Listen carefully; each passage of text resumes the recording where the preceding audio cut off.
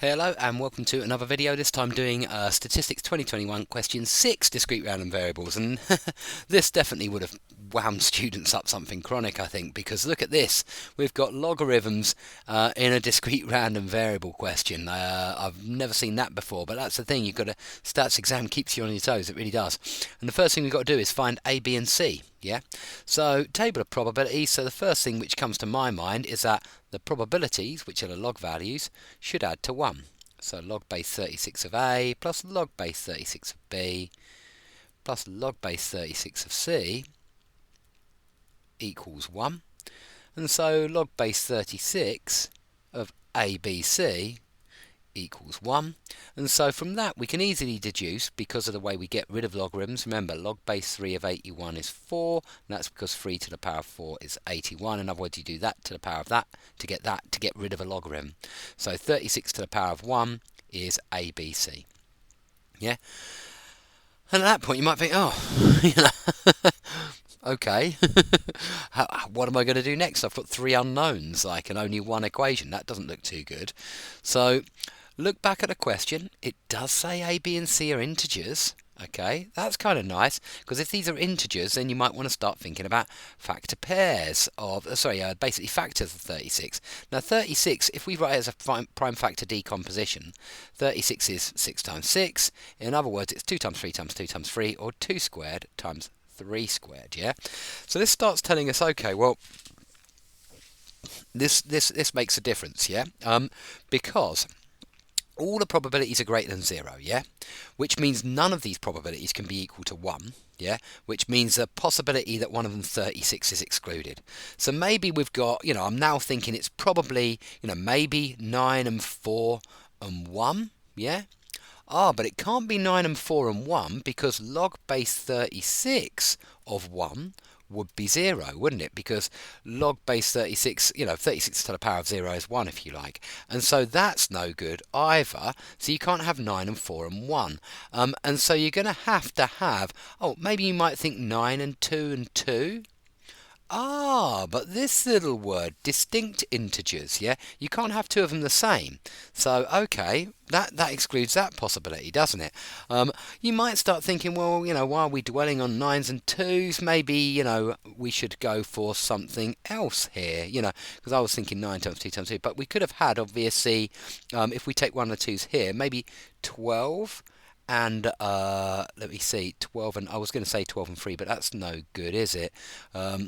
Because then you're going to introduce a 1, and I'm genuinely working this out at the moment here, you probably noticed. What about, have I tried, let me see, 6 and 3 and 2? Yeah, that's going to work, isn't it? Because then we've got all of them distinct, and we're going to have, therefore, by inspection, it's hard to explain your working here, yeah? I would actually show the factor tree, 36 is 2 squared times 3 squared, yeah? So factors must be distinct.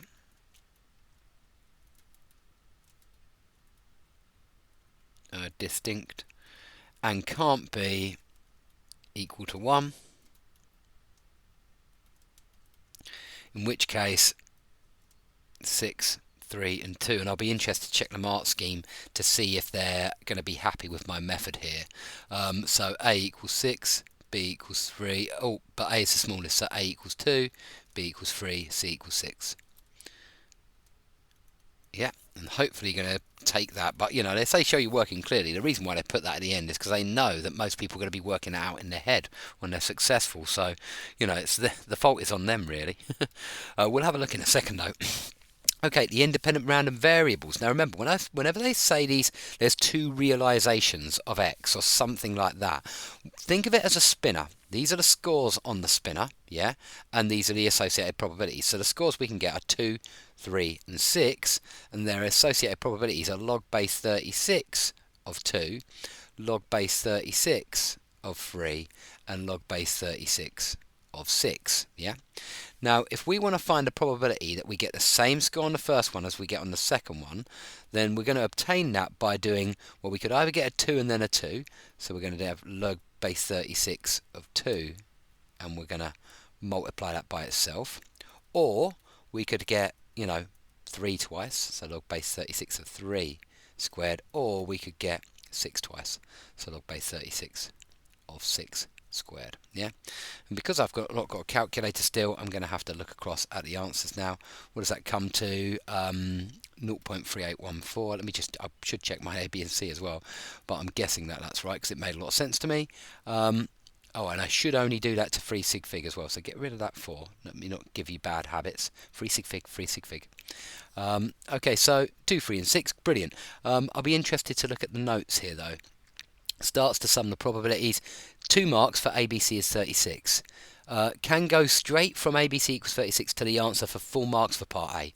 Good, yeah? Because they know that loads of you, me included, will just kind of puzzle it out. And if you get it right, you've probably done it right. So there we go. M0, Mem0, if no method marks scored, but a correct answer given. So you'll get 2 out of 5. This gets 2 out of 5 if you question says you should show you're working clearly, but those method marks are pretty obvious how you're going to start this. Anyway, so that's that question. It is weird. I know it will freak out students. I quite like it actually. I quite approve of that kind of question. You probably disagree. I don't know.